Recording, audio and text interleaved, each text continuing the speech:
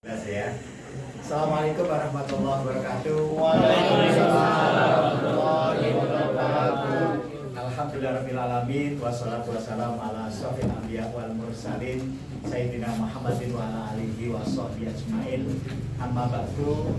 Tentu pertama-tama rasa syukur kehadirat Allah Subhanahu wa taala di kesempatan siang menjelang sore hari ini kita bisa bersilaturahim, tentu wabil khusus kepada Kang Tony dan akang-akang ya, ada Kang Yono yang telah memfasilitasi sehingga kemudian kita bisa bertemu dengan adik-adik kopdar wisata ya. Tentu saya tadi gembira sekali bahwa adik-adik ini semuanya mudah-mudahan sudah punya satu kesadaran akan wisata yang tinggi ya, karena ketika kita kemudian mendeklar ya, sekarang seperti misalnya di kaos ini kan Dewi Duci gitu, ya Dewi Duci itu desa wisata edukasi Cisaat. Artinya berarti Anda semua sudah punya satu kesadaran bahwa Cisaat itu punya potensi menjadi desa wisata edukasi dan Anda adalah bagian dari itu. Nah, tentu satu kesadaran bahwa kita memiliki sesuatu yang menarik itu yang bagus, gitu ya, yang kemudian nanti mudah-mudahan akan bisa dikembangkan. Karena sebenarnya memang kita secara umum Indonesia ya, itu kan sebenarnya punya potensi sumber alam dan budaya yang luar biasa. Banyaknya yang sebenarnya bisa menarik perhatian orang. Apalagi orang-orang sekarang kan dikit-dikit kemana mau healing. Healing itu apa? Healing itu apa?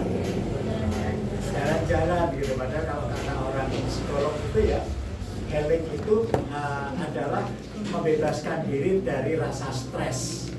Jadi sebetulnya healing itu orang yang stres, yang kemudian mau fresh gitu.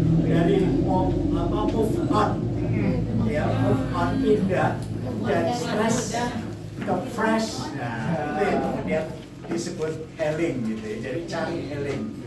Nah, cari healing di Indonesia itu luar biasa. Saya kebetulan beberapa kali berkesempatan healing, jalan-jalan ya ke tempat yang menarik perhatian orang. Saya pernah ya, mungkin pasti saya nggak tahu pernah ke sana atau tidak. Ketika kemudian orang pergi bela-belain jauh ke Brussels, Belgia itu kan jauh ya.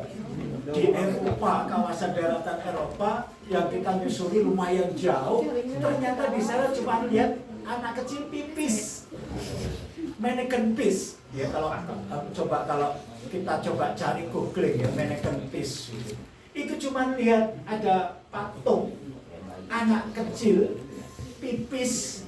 Ya Allah, yang nonton itu sampai puluhan ribu. Jadi ya mungkin sampai di mana? Kalau sekarang misalnya di Finland juga ya, di dekat Vancouver itu ya, itu ada bad boys ya, yang hanya dalam bentuk ujung yang agak gede gitu. Itu jam nonton, ya Allah, banyaknya. Belum kalau kemudian kita dengar ya, kita diajak healing tadi, diajak kemudian ngopi, itu disebutnya di sana itu satu resto atau cafe itu populer, disebut misalnya Riverside Cafe. Bayangan saya itu apa gitu ya, nggak tahunya apa.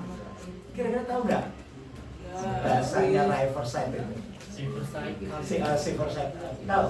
Pinggir Riverside itu pinggir kali. Nah, sebetulnya pinggir kali gitu.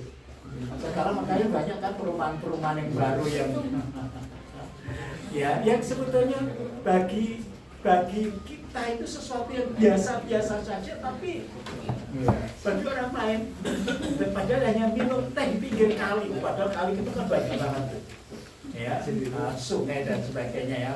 Belum kemudian kalau misalnya misalnya diajak ya kalau kita pergi ke Thailand misalnya, Thailand itu menawarkan apa di Sumatera Land ya, itu disebut di sana mari mencicipi buah, gitu.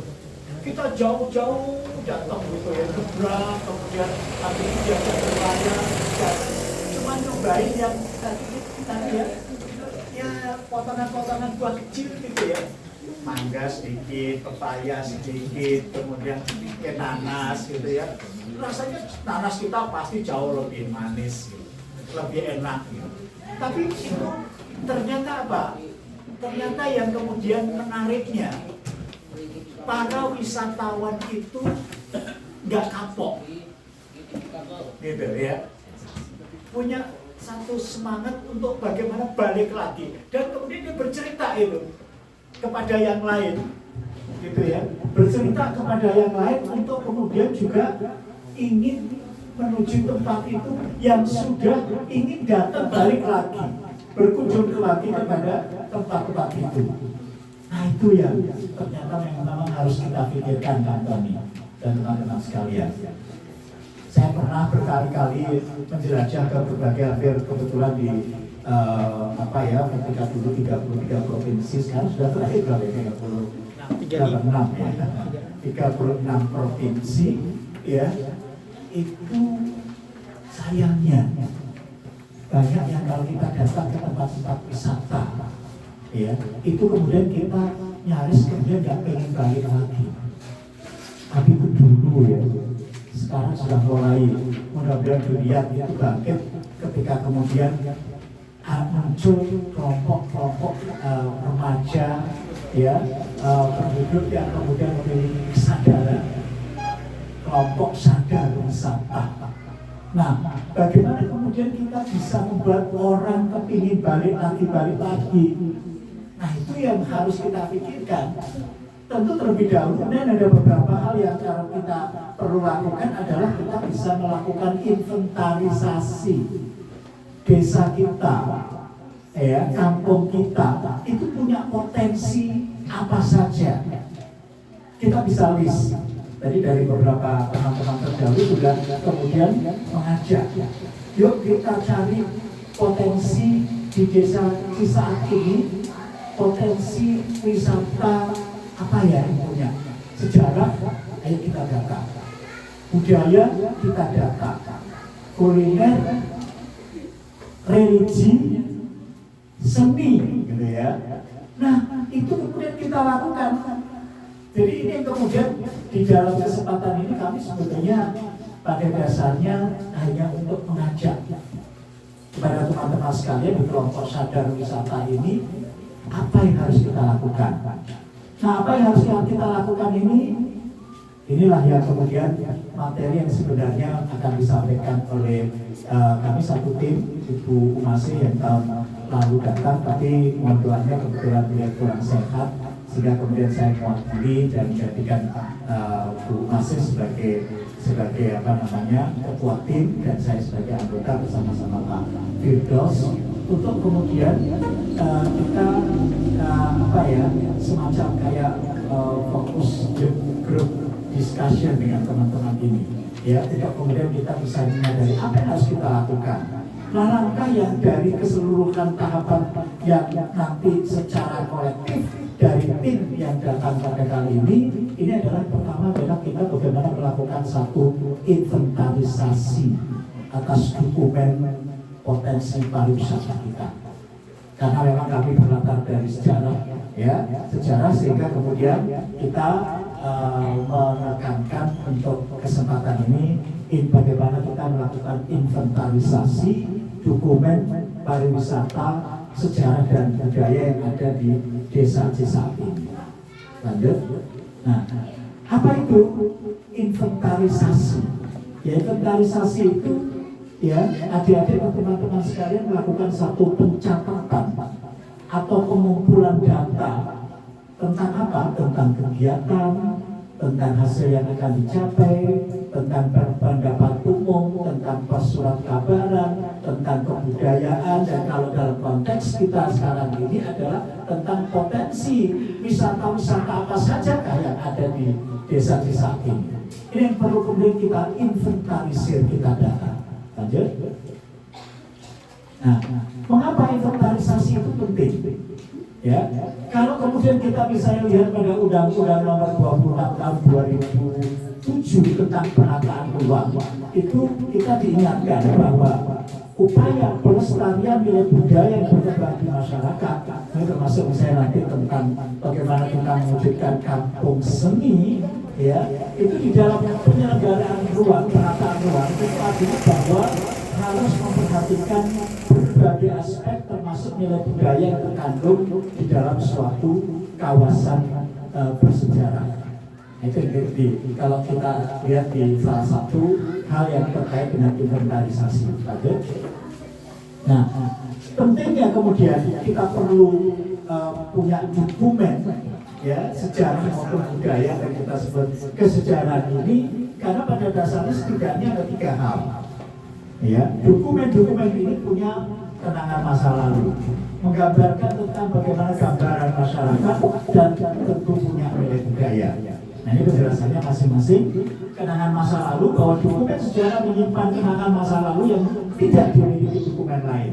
Tapi seperti yang misalnya kemudian tadi disampaikan dalam pengantar, ya, oleh Korprodi Pak Humaydi, bahwasanya jangan-jangan sebelum disampaikan tentang adanya kunjungan Muhammad Hatta di alun-alun Subang ini, adik-adik ada yang sudah tahu? Belum, itu di tahun 57 ya. Belum kemudian yang tentang industri teater Subang, gitu ya. Mulai dari ini di dokumen tentang pembangunan Jawa Barat yang ketika mengadakan peninjauan ke pabrik teater tahun 53. Ini berbagai arsip-arsip ini adalah beberapa bagian, ya, upaya untuk melakukan satu dokumentasi kesejarahan, gitu ya. Jadi supaya kemudian apa, masa lalu sudah berlalu kan, tetapi kemudian jejak-jejaknya itu ada, dan jejak-jejak ini kemudian perlu untuk direkonstruksikan kembali untuk kemudian dihadirkan supaya kemudian menjadi hidup kembali, ya. Yang kemudian dengan itu kita juga bisa dengan catatan atau dokumentasi kesejarahan atau budaya misalnya bisa memberikan gambaran tentang masyarakatnya. Jadi kita kalau kemudian sekarang ini sudah mulai, karena kebetulan UNJ juga kemudian mendeklar sebagai sahabat desa-desaan, ya, saya sebut demikian. Maka kalau kemudian orang-orang yang berhubungan dengan UNJ, maka kemudian juga kaitannya dengan UNJ punya sahabat di saat ini, gitu ya. Sehingga kemudian kami nggak perhitung 3 jam, 4 jam perjalanan, karena kita akan mendatangi sahabat-sahabat di sini, dan tentu kemudian dalam arti ini nanti ada hal yang perlu kemudian kita berikan satu gambaran kepada masyarakat yang ingin mengenal Cisaat. Nah, untuk itulah kemudian perlu adanya dokumentasi. Ya, dokumentasi itu luas. Tadi sudah singgung, bisa divideokan, bisa kemudian foto-foto, di foto biasa. Ada yang kemudian foto-foto ini kemudian dijadikan sebagai suatu seperti ini yang nantinya akan mudah-mudahan pada kesempatan yang akan datang ini bisa misalnya terpasang, ya, di akrilik gitu, ya. Terus kemudian orang bisa akan datang, dan ketika kemudian, ya, ada kunjungan pelajar lain misalnya, saya dengar tadi di bulan itu mereka Tony, ya. Nah, itu dari SMA mana?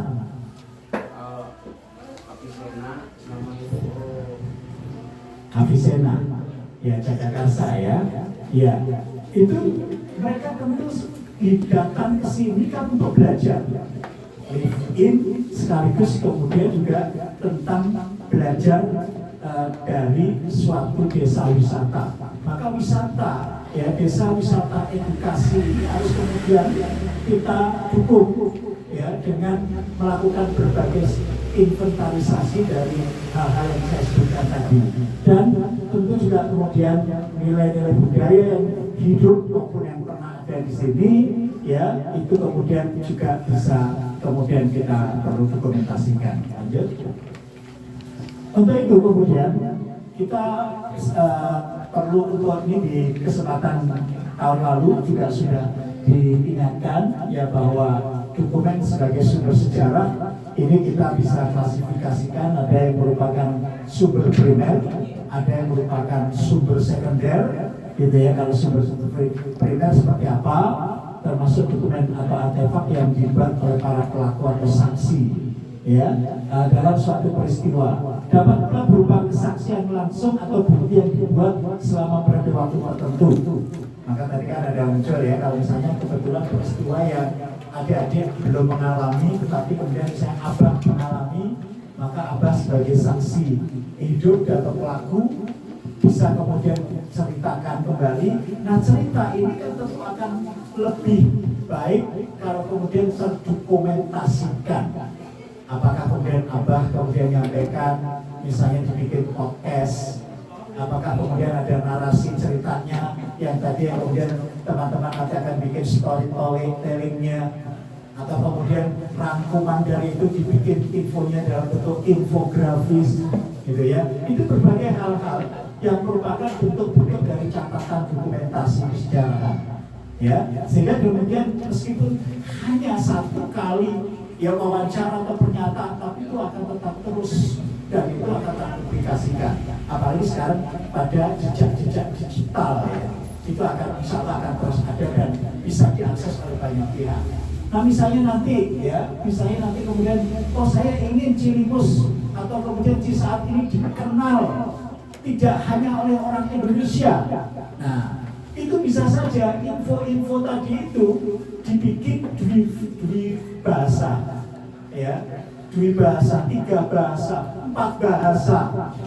Jadi kalau misalnya di bahasa Inggris kan ada edisi bahasa Arab, gitu ya.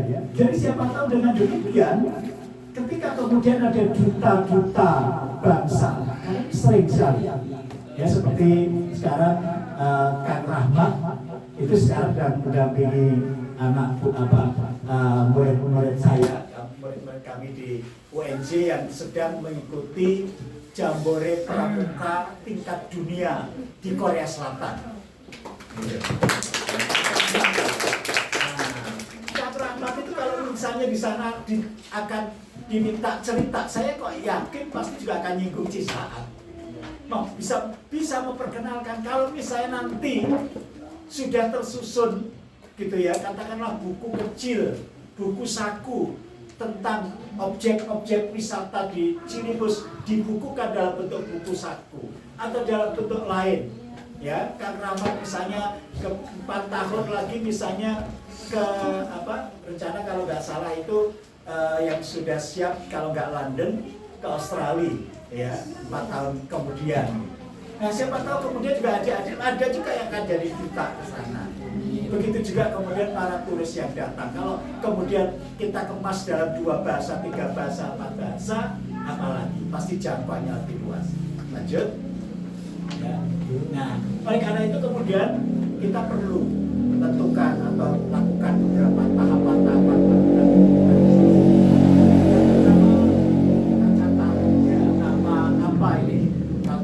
Situs gitu ya. Nah berarti nama situsnya apa? Itu dicatat ya. Apakah bentuk bangunankah, atau bentuk satu situs, atau bentuk strukturnya, atau objeknya, bendanya apa? Kalau kuliner tadi bentuk, kemudian bentuk makanannya apa namanya gitu ya. Terus kemudian kalau misalnya ini lokasinya ya, lokasinya di mana? Jadi kalau kemudian teman-teman setidaknya itu biasanya kalau orang baru datang itu kan akan tanya Cilimus ya, kenapa namanya Cilimus? Cisaat, kenapa namanya Cisaat?